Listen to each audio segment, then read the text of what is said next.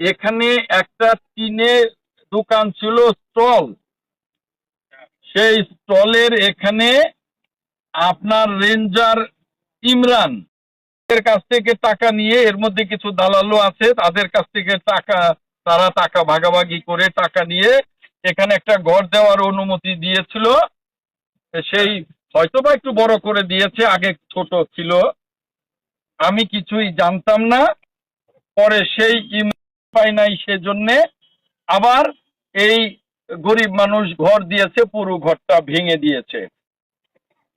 তো কাজেই সবার আগে আমি এই যে আমার সামনে কিন্তু শত শত, আমি কিন্তু এখানে কথা বলছি, আপনার মহিলা ভদ্রলোক এখানে, আমি এই যে বগা যেখানে ঘরটা ভেঙে দিয়েছে হলুদিয়া চালা, এখানে আপনি 24 ঘন্টার মধ্যে এই ইমরানকে এখান থেকে